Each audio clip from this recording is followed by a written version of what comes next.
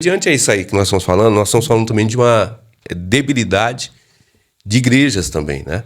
Assim, igrejas têm uma estrutura fantástica e outras que não têm.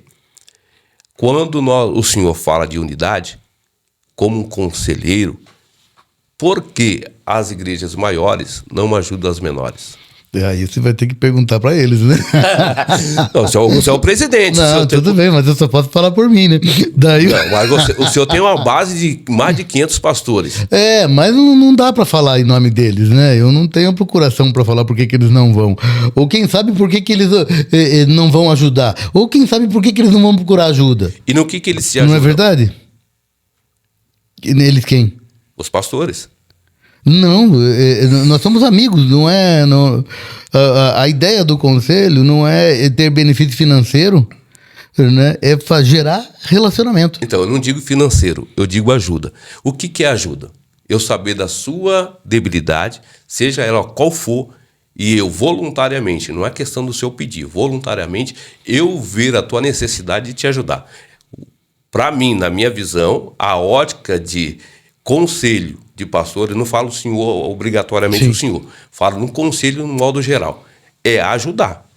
Não, eu creio que é ajudar, mas o primeiro ponto, porque nós somos, eu acho que nós somos ainda muito iniciante nessa área de fazer essa coisa de ajudar. Primeiro eu preciso conquistar o teu coração, certo? Eu gosto de política, mas de maneira geral, a política partidária ela foi colocada dentro das igrejas de uma forma muito impositiva. E isso fez com que os pastores se fechassem. Por quê? Porque eles se sentiram usados. E nessa que eles se sentiram usados, eles ficaram tudo para trás. Falou, pô, só querem a minha lã. Então hoje nós temos um objetivo, e que o pessoal que caminha com a gente lá, ele sabe que é gerar, primeira coisa, relacionamento. Porque eu não vou ajudar você, e nem você vai me ajudar se eu não tiver sarado na minha alma, né? Tipo, puxa vida, você veio aqui só para ganhar essa caneca, né? Tá, deixa, leva a caneca, tem problema. E nunca mais apareça. Tá, eu tenho que estar sarado para saber que, como eu disse, eu só vim com interesse.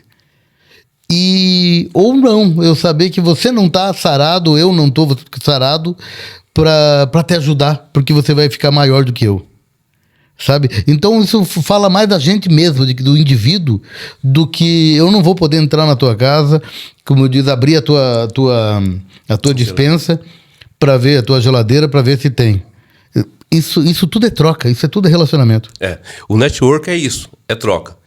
Não troca necessariamente de bens, mas muitas vezes de um afeto, de um carinho e de uma empatia com o outro, sentindo a dor. O evangelho é isso. Existem casos, a gente não vai falar, mas existem casos de pessoas que chegaram lá completamente arredia, né? Por quê? Porque de alguma forma foram usados.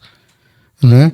E hoje a gente consegue entrar mais dentro do problema do problema espiritual, do problema ministerial, problema familiar, né? Em alguns casos até problemas para se resolver dentro do próprio ministério. Falou, puxa vida, eu tô com um problema assim com um determinado departamento, e a gente pode, com um pouco de experiência, e se eu não sei, eu vou atrás de alguém para ajudar. Falou, poxa vida, eu tenho isso, sabe?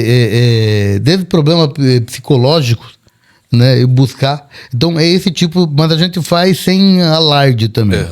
Não, o que eu refiro nem é tanto na questão política, porque desde que a igreja deixou o púlpito virar, o altar virar o palanque, ela sofre esse problema e vai sofrer sempre. Mas são muitos os pastores usados por isso. Então, por causa de alguma liderança que tem uma expressão, eles foram muito usados por esses líderes. Então, hoje, quando eles te veem, eles pensam que você é do mesmo. Então, e daí você precisa... Mas aí que tá. Quando eu abro esse precedente de deixar alguém assumir a tribuna da minha igreja, transformá-la em palanque, a minha visão não está sendo o reino.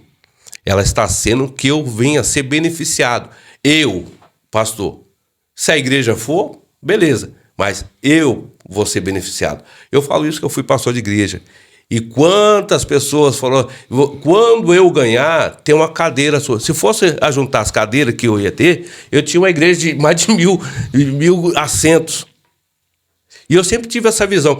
Agora, a pergunta não é essa. A pergunta é entre os pastores.